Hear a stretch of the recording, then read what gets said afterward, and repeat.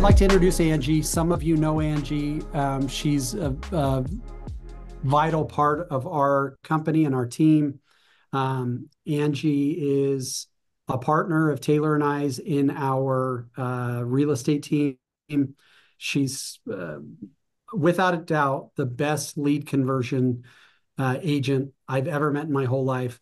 She came and worked with us on our team 2019, Ange, 18? 19, I think, yeah. 19. Right, So beginning of the year. So 5.5 years she's been working with us. And anyone who's ever ran a real estate brokerage or a team, you bring in a ton of individuals, everybody tells you how amazing they're going to be. And then, I've just been doing this long enough that it's kind of like, well, we'll just wait and see what happens.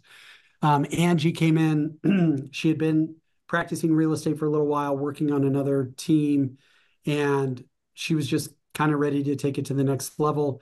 And then over the first 6 months she was with us, she just absolutely crushed it. I noticed not just her talent. I think I fight with this with my kids, where my 12-year-old son, who's actually super talented at golf, thinks because he's so talented, he doesn't have to work as hard as everybody else.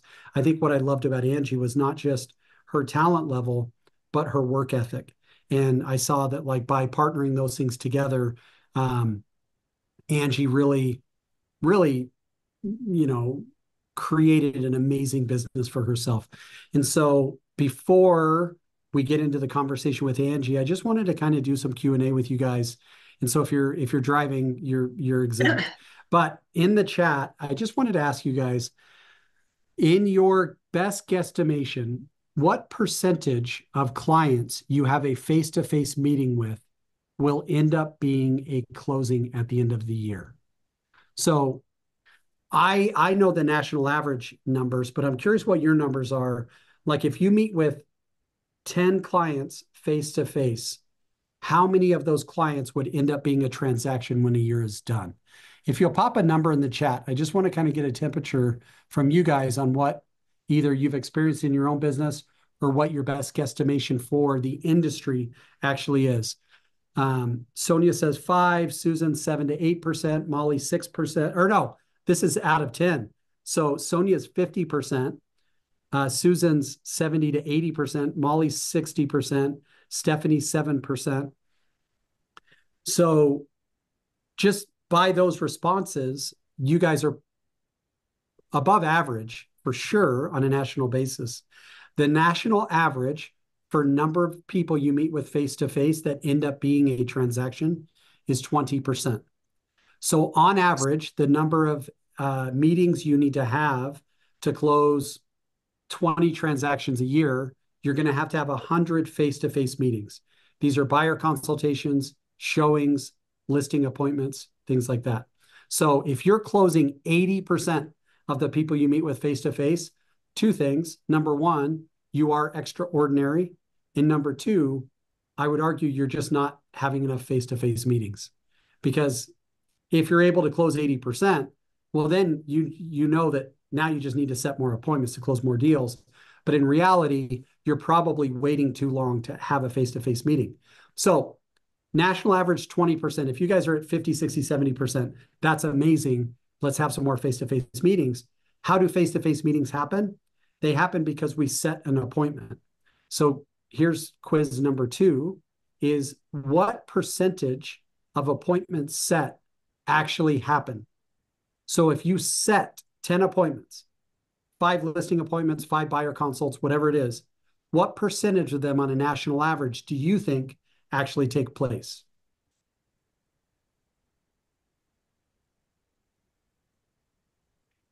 So pop a number in the chat, 50%, 65%, 25%, 30%. Some good guesses. So the national average is 50%. So if you are setting, if 65% of your appointments actually happen, then one of two things. Either A, you've done such a great job of creating excitement on behalf of the buyer or seller that they actually take your appointment, or B, you might be waiting too long to set the appointment. but the national average is 50%. Now, here's the last question I'll ask. How many conversations does it take to set an appointment on a national average?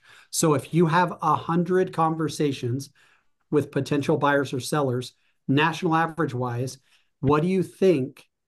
How many appointments would come out of 100 conversations? Susan says 10%. Caesar, Heidi, everybody's coming in around 10%, 8%, 20%. Now, I'll tell you, we got our numbers from two places. The first place is Place. So our partners at Place, Brivity Bob, gave us validated some of these numbers. The second place we got a lot of these was from Sisu and their analytical tools. The national average is actually 5%. So if you have 100 conversations, on average, 5 of those would set an appointment. So if you're running kind of your own math, if you have 200 conversations, that would lead to 10 appointments set. Of those 10 appointments set, 5 of them would actually happen. And of those 5 that actually happen, 1 of them would close. So you can reverse engineer your own numbers to say, okay, I want to close 40 transactions a year. So then it's super easy to do the math and say, if I want to close 40 transactions, I'm going to have 200 appointments, right? 40 divided by, so you would have to have 200 appointments. If you say 40 divided by 0.2, you'd have to have 200 face-to-face appointments to close 40 transactions. Well, if you have to have 200 appointments, you'd have to set 400 appointments. This is on an annual basis. And in order to set 400 appointments times 0.05, you'd have to have 400 divided by 0.05. You'd have to have 8,000 potentially conversations over the course of a year. Now, that's a really big elephant to eat. So then we would just say, well, let's just divide that by 200 workdays. Now it's 40 conversations a day. So what's really fun is, if you want to know what your annual production is trending at, all you have to know is how many conversations you're having on a daily basis.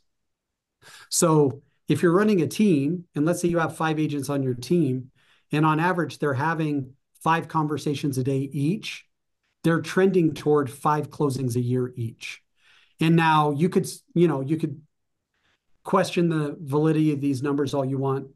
I'm just saying that the two kind of smartest analytic people that I follow is our partners at Brivity and Brian Charlesworth and his team with Sisu. And these are their numbers across the board.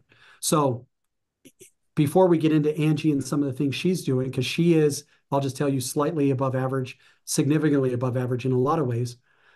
But if you really want to look at the numbers and know what you need to do, if you as an agent are running your own business and having 15 conversations a day, and if you look at the national average of numbers, you're going to trend about 15 closings a year.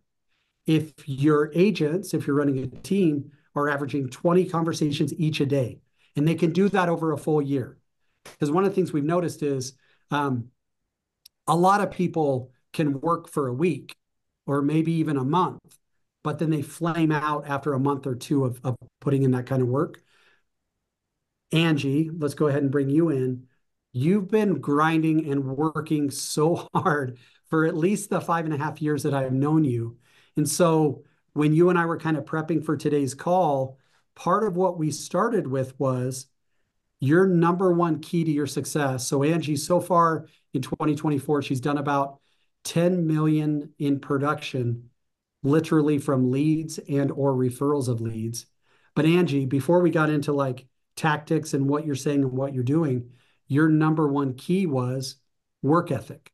So I guess, why would you start there when talking to somebody about their production? I think the biggest piece of the puzzle is when people join real estate, they think they're going to have a lot of time to do other things.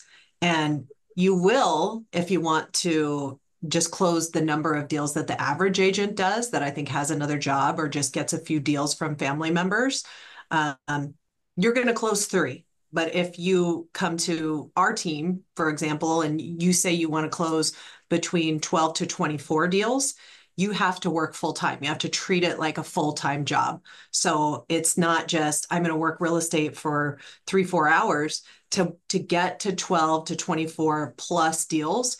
You have to be working all day long until you get to the point where you're having referrals, and referrals just come and people are saying, oh yeah, and referring you right and left. You have to put in that time.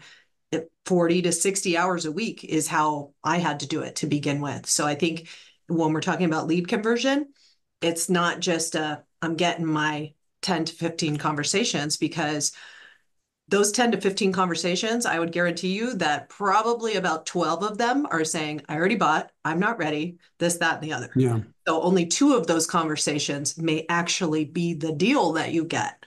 The other ones are all garbage that you're just practicing with. Not garbage, but they're practice. Yeah, and so I tell this story a lot. My wife probably hates it, so guys, don't tell her that I share this, because I actually have shared it from a stage speaking to like 1,000 people before. But one of my sisters-in-law loves to play this game where we sit around the fire and she asks like super personal, like human intimacy questions to us, and it's really awkward. But one day she had these cards, and it was like what's the most attractive aspect of your spouse and all this stuff. Anyways, one of the questions that came up is, what's the most important element for you to have in your marriage? And my wife knew exactly what I was going to say, but it was like everybody kind of went around and I was one of the last ones. And so it was like, he needs to make me laugh, and like she needs to scratch my back, and all this just stupid stuff. And it came to me, and she was like, well, Joe, what do you think the most important element of your marriage is? And I was like, oh, without doubt, it's honesty. I need my spouse to be honest with me. And everyone was like, boo, like that's so not like sexy, right? And I was like, well, the reality is, how can she and I have any level of intimacy, like as human beings, if we're not willing to just be honest with each other? And guys, what Angie just said is one of those moments for you in your own personal life, in your work, in your approach to just life. If you're not being honest with yourself, how do you ever expect to get where you need to go? Now, another way to illustrate it is the Cheshire Cat. Alice from Alice in Wonderland's lost, comes to the Cheshire Cat, says, help me, I'm lost, I don't know where I'm going. The Cheshire Cat says, well, where you're going depends a great deal on where you want to be. She says, well, I don't know. And he says, well, then what does it matter where you go from here? So Angie, you have a big why. You co-provide in your family. You didn't necessarily come from wealth. And so like you had this big why of, I want to create for my 2 boys and with my husband, we have big goals and ambitions. So you're willing to work for them. So let me ask you this. What on earth, and you may not want to be as rude as I am, but like, why do real estate agents think we could get doctor and lawyer money if we're not willing to work doctor and lawyer hours? Like, you've been in this industry long enough, Ange. Why is it that agents are like, oh yeah, I want to make 200 grand a year, which is probably more than a dentist makes. But we're like, but I also want to just work like 10 hours a week.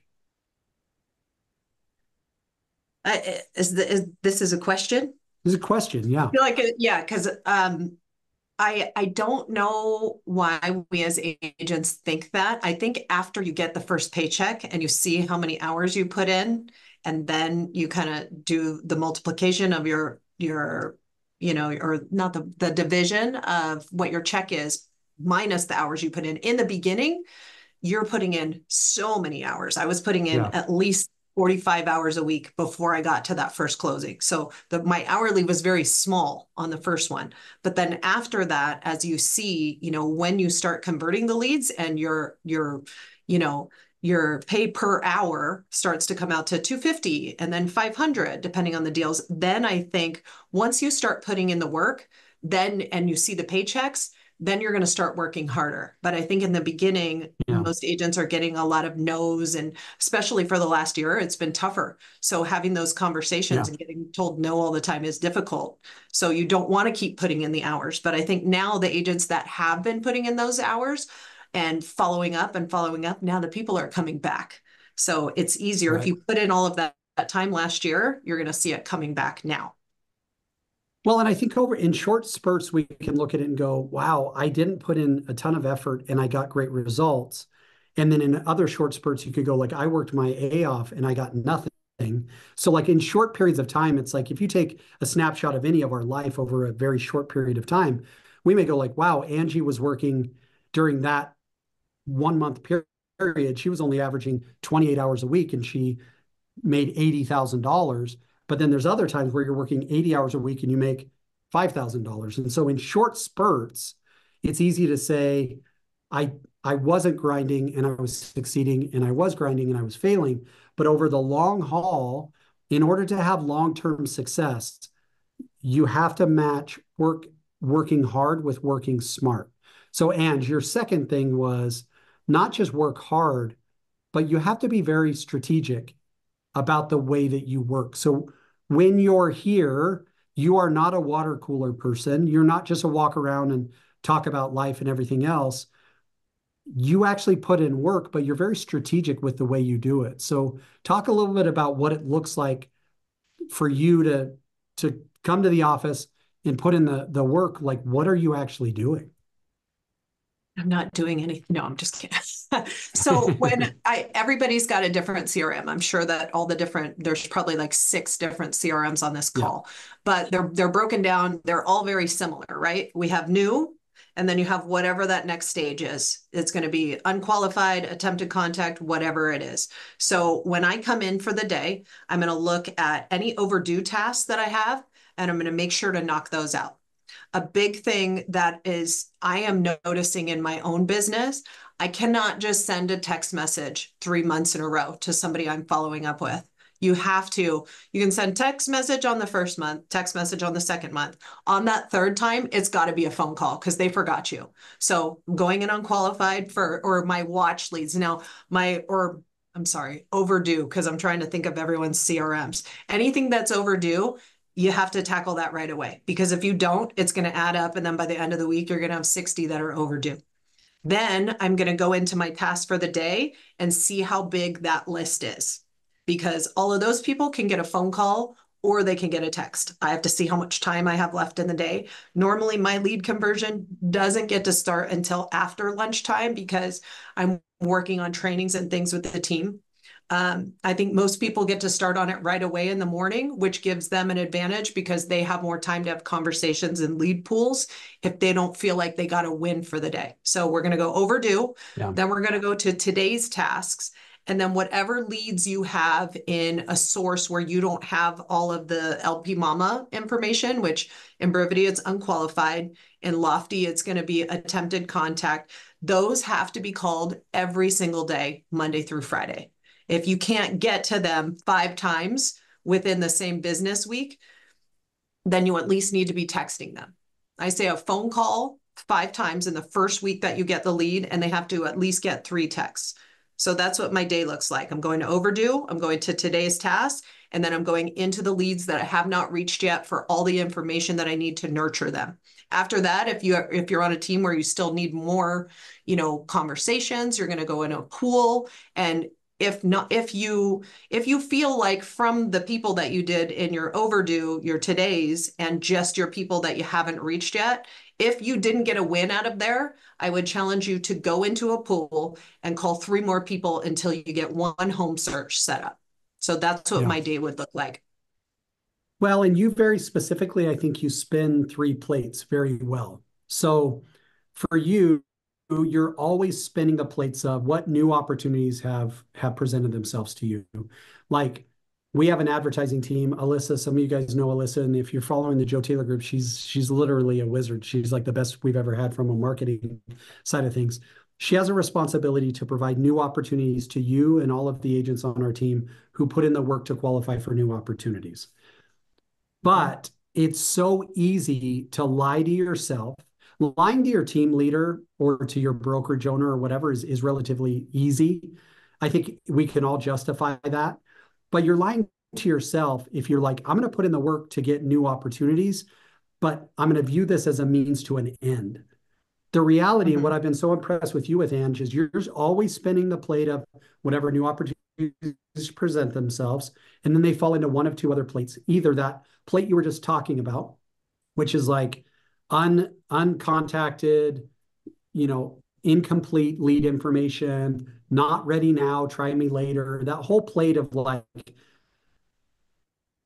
potential opportunities. And then you have your hot leads, which are like people you've talked to, people you have all the location, price, amenities, everything they're looking for.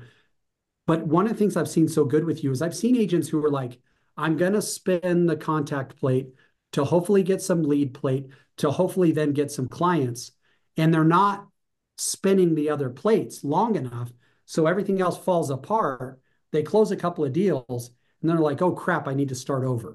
So why, why have you been so successful at continuing to spin the new lead and unqualified lead plates while maintaining good relationships with your clients?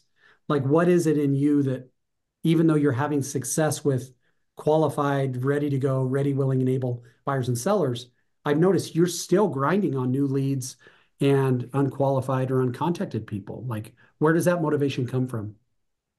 Uh, this is a funny answer. I think I was an incredible waitress.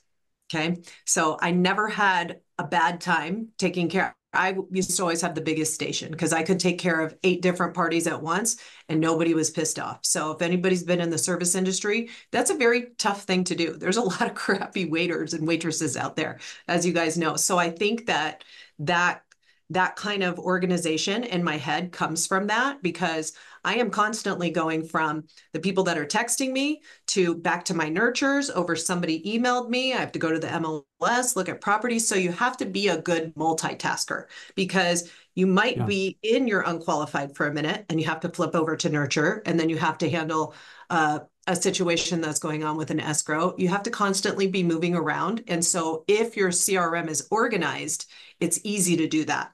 If it's not, and you have overdue tasks and you don't have tasks on the people you've been nurturing, it's really about keeping that CRM organized, which I beat my drum on this constantly. And the reason that I do it is because if mine wasn't, all the plates would fall.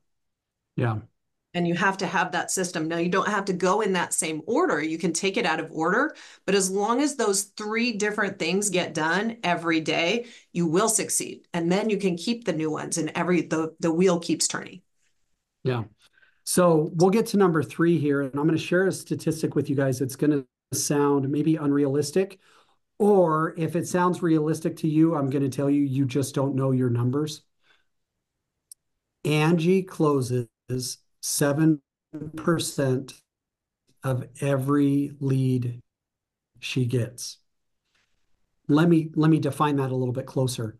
We know if we provide Angie 100 lead opportunities, she's going to produce about 7 deals from those lead opportunities. Now, it doesn't always mean 7 individuals of those 100. A lot of times it's 4 people, but 2 of them have double-ended, like a buy sell, whatever it is. We just know mathematically, if we spend the money to generate 100 leads for Angie, she's going to do about 7 transactions from it. That metric is really important for you guys to know about your own business or your team, because while I think 7% is unrealistic, like Angie is the Kobe Bryant of lead conversion, the number you need to have is about 3 to 4%. So if you have a real estate team and you're giving your agents 100 lead opportunities over the course of 2 to 3 months, really somebody can't handle more than 30 or 40 new leads a month, or else they're just going to start cherry picking. But if you're giving your agents 25 opportunities a month, and if every 4 months you're not getting 3 or 4 transactions out of that, then something is wrong. So, Ange, talk for a minute about what you say, what you don't say. Like, you're never picking up the phone and going like, hi, my name's Angie. My husband served in the Navy, so he's an American hero. Like, I'd love to be your realtor. Like, you're never doing anything like that. So what are you saying to people? There's a few little tips and tricks I've gotten from you that are just game changing. But what are some of the things you say when you get the leads that Angie closes really well for us are usually come from Facebook, and they're like homes that we've advertised, people inquire about them. So like, what are some of the things you say and maybe a few of the things you don't say when it comes to lead conversion that you think make a big difference? I want to tell you what I say, but I do want to just back that up into the 100 leads because it reminded me of when I very first came to work for you, Joe. And like you said, you were Mm-hmm. like, I don't know who this girl is. I don't know what she's going to do. I just want to say that the first 100 leads you ever gave me were not brand new leads. I did not get brand new leads, you guys, when I first started with Joe. He Yeah. gave me a lead pool full of some Donkey Kongs and like some other crap. And within a month, I had a sell, a buy, and another buy on my first month in a pool. I did not get new leads Just calling old after. leads. Yeah. I had to work for those. So I just want to make that clear. These are not 100 new leads. I just want to say that. Those were what some people call cold calls, which are warm calls, but they were out of Right. a lead. Okay, so the things that I say, I'm never going to say on the phone, this is Angie Lauer with the Joe Taylor Group and Real Broker. I am an amazing realtor. Are you still looking to buy a home this year? That is something I would never say. I Yeah. would say, this is Angie from Facebook. You were on our Facebook page looking at houses. Did you ever find the home you were looking for? No, we're not really looking anymore. Okay, no problem. Why did you put your home search off so I know how to contact you in the future? I say another question because I don't want them to shut me down. Oh, why did you put your home search off? That stops it right there. Oh, we just stopped. I'm going to say, so I can contact you in the future. See, so I'm Yeah. opening the door, like I'm still going to help you. If I'm texting, I'm never going to like give out my digital business card from the beginning. Right now, I'm just Angie that works with Facebook. It's like Angie from Starbucks. Like everybody loves Angie from Starbucks. Everybody loves Angie from Facebook. Nobody likes Angie from Real Broker. She is a shyster. She is trying to take my money and so just so you guys know, when I'm signing something, it's always thanks, Angie. And I don't mind if on the phone, who is the Joe Taylor Group? Who is that? That opens it up. That's fine. Where are you Right. calling from? Or my text is not saying Real Broker. Sometimes I'll say Joe Taylor Group because they're like, is that a car? Like, not everybody knows that it's a real estate group, and that's okay because I don't want to be a real estate agent yet. Real estate agents are not people's friends. I don't know if you guys know that, but people don't like us that much. So that would be how I'm starting a conversation. And I'm always talking as though I'm going to check in with you, pretty much whether you like it or not. Okay, when's the best time for me to check back? If they say six Yeah. months, okay, why is that? Do you already own a home or is that because you're in a lease right now? I'm not Well, and letting I them think that's shut so me down. brilliant. Yeah. And I hope you guys, there's a couple of nuggets there, but I think number one, if you're getting leads from realtor.com, if you're getting leads from Zillow, if you're getting leads from realty.com, if you're getting leads on Instagram, if you're getting leads on Facebook, like using a name that people trust is very important. If you have a friend that works at KB and they're giving you people that need to sell their home before they could buy, you may say, hey, this is Joe. I work with KB Homes.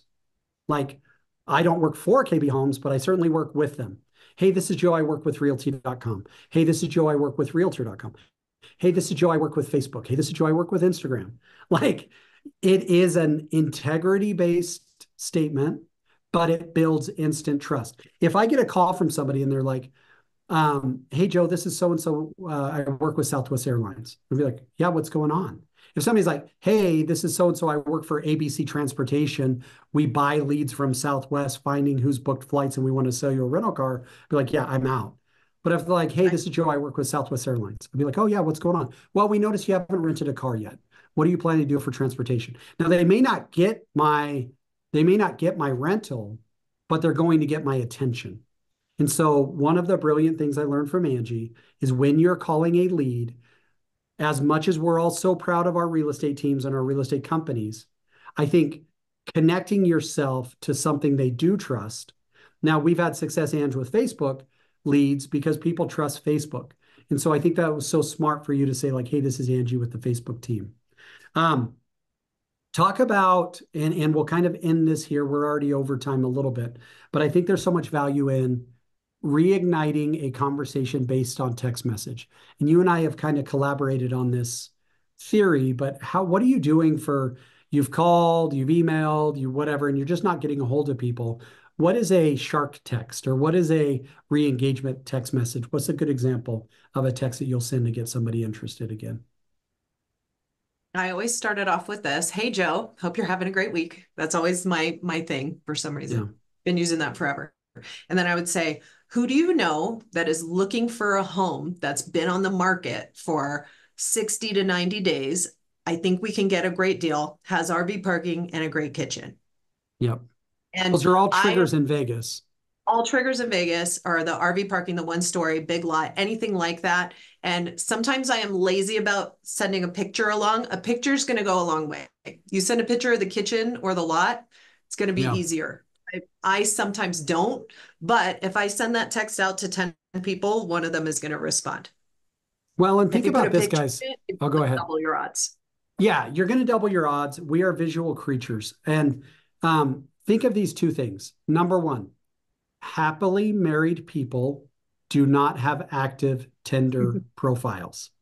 So think about that, right? Like if somebody is requesting information on realtor.com, Zillow, Instagram, Facebook, they're going to tell you they're not interested or they were just looking. If my wife heard that I had a Tinder profile, we'd have a problem, right? Because I'm in like a fully committed marriage relationship. However, if I were single and I got a text message, hey, Joe, this is Angie from Match.com. Who do you know that would want to date someone like this? And is like active and athletic and super cute and yada, yada, and a picture of, be like, why wouldn't I want to date that person?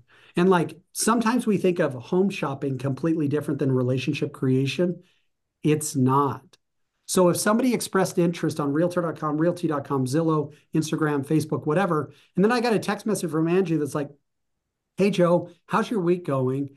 I'm not sure if this is for you, but who do you know that's looking for a home like this? It's like this beautiful 1 story property. She's like, I can get a great deal on it. The seller seems to be really motivated. It's got RV parking. It's got a 3-car garage, and it probably even has room for a golf simulator. I'd be like, well, why wouldn't I be interested in that, Angie? Like, and so it's like the easiest way I can even just 30,000 foot view talk about lead conversion is to understand there was an emotional trigger that got someone to interact with you in the first place. And Angie, if I could kind of boil it all down, I would say you're very good at pushing those emotional trigger buttons to get people to give you more information. Because the game, guys, with lead conversion is if you know the type of home they're looking for, but you don't know their price range or their timetable, then the whole game is not show them a house tomorrow, but it's get their price range and get their timetable. If you know their timetable and their price range, but you don't know the type of home they're looking for, then the game is find the type of home they're looking for.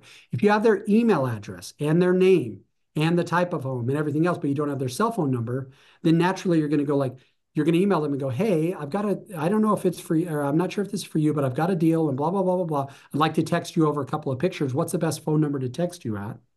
You're trying to get their phone number because you don't have that. If you have their phone number, but not their email address, then you're naturally going to go, hey, I've got a list of 3 homes that look a little bit like this. What's the best email to send these homes to so you could take a look at them? Like whatever you don't have is what you're trying to get. Angie, to kind of wrap it up for people, what type of goal is realistic for someone in the real estate space? Like you've got a big why. I think your kind of North Star this year, I don't know if it's a number of units closed, if it's a total dollar volume in production, but like if somebody wants to make $20,000 a year to pay for vacations because their wife is a dentist that makes a ton of money and they're just like, I just want to pay for vacations. They're not going to want to work the way you're going to want to work.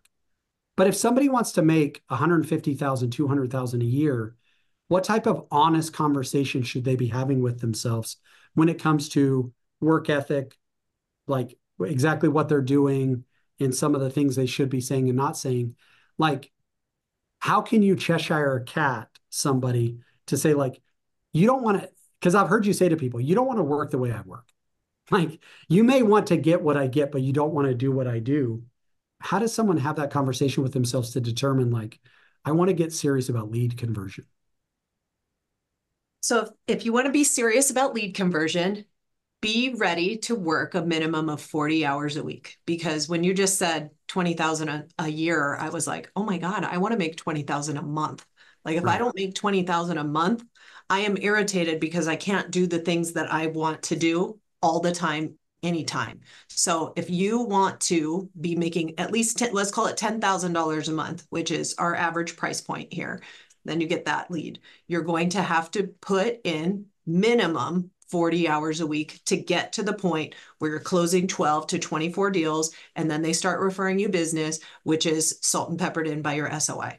So it's Yeah. going to take 40 hours a week minimum. Just be prepared for that, because when I'm working, literally, even when all of my stuff is done, I could still do more real estate stuff. It's like the gift that keeps giving. Like it's never Right. done. I could find more things to do. If I didn't have a good conversation with someone, or at least get them to the lender or set up an appointment, I could go in the pool until that happens. The pond. Sorry, Mal. The pond. I could do that until that happens. And sometimes, we had a dial day the other day, and I didn't want to do anymore. And I kept saying to what I say to our team, when you don't want to make any more calls, make three more. Because by the Yeah. time you make those three more, then you'll make six, and then you'll make eight, and then you'll make 10.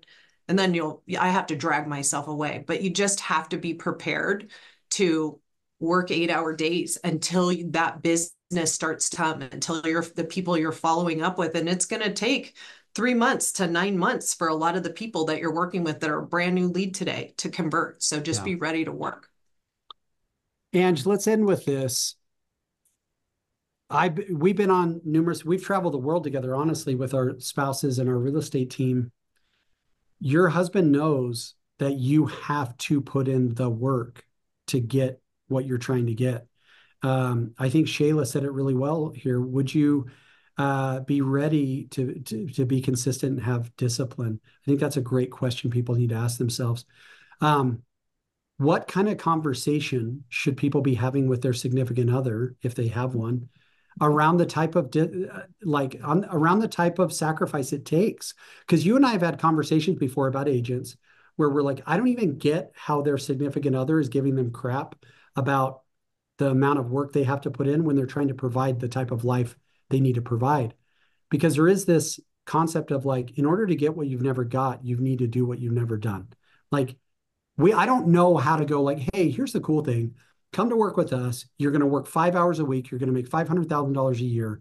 And like, you'll never have any inconvenience of lifestyle. You'll never have to walk out of a movie. You're never going to have to walk out of a dinner. You're never going to have to ghost people at a party. Like, you sacrifice your some of your personal time, some of your just restaurant time or vacation time to get what you want.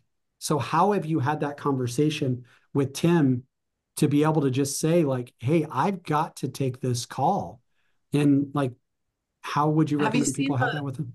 Have you seen there's it now it went around a couple of years. There's this show called Entourage, and it's kind of a naughty show.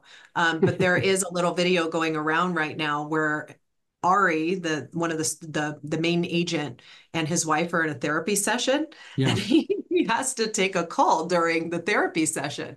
And he says to her, if you want to vacation at the Four Seasons and such, Wednesday at 1 o'clock in the afternoon, I've got to take this phone call. So I think in the beginning it was a challenge, like, but Tim never, I've always been a hard worker at whatever I do in a restaurant or whatnot. So Yeah. he's never said like, why are you working? But I think when the paychecks start to come in on the other side, if I say I have to step out, he's like, go honey, go on. Yeah.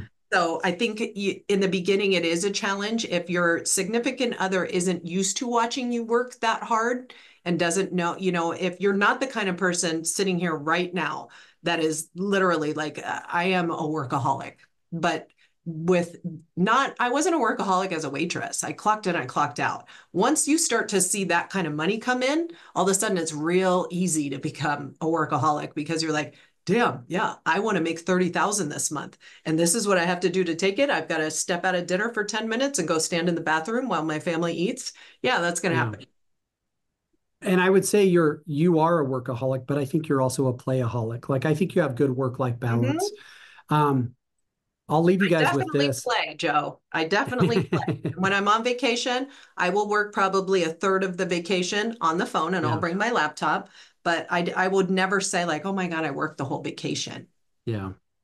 So I gave this quote to my wife the other day, and I might have put it in my family group text. And I don't even know. I got it from a guy named Thomas Monson, but it basically said, of all sad words of tongue and pen, the worst are these what might have been. And I think the reality is the next year, 2025, is going to happen. And at the end of 2025, we're all going to look back and go, what did I get out of what I put into it? And the worst words were, man, what would 2025 had looked like had I actually put Angie's 3 tips to work, which is number one, get to work. Number two, work in a strategic way. And number three, learn what to say and what not to say to be successful. And I think, Angie, you've done a really good job of in 35, 40 minutes, just saying, like, guys, put in the work, be strategic about your time, be thoughtful of what you say and don't say. And if people are willing to put in that type of work, I think they're going to have success. So, guys, we are going to post this, record it, and you could watch it again. Hopefully, you found something of value here. I'm thoroughly convinced in the math that I shared at the very beginning, which is 5% of every conversation you have is going to turn into an appointment. Half of all the appointments you said are going to show up. And of the ones that show up, 20% of those are going to turn into transactions. And if you reverse engineer the math, the number of conversations you have on a daily basis is going to determine the number of transactions you have on an annual basis. So if you're not on track to hit your goals, start having more conversations. You can always improve what you say, but it doesn't matter how good what you say is if you're not saying it often enough. And Angie's been a wizard at that. So, Ange, thanks so much for your time. Guys, good luck. Have a great day. Thank you.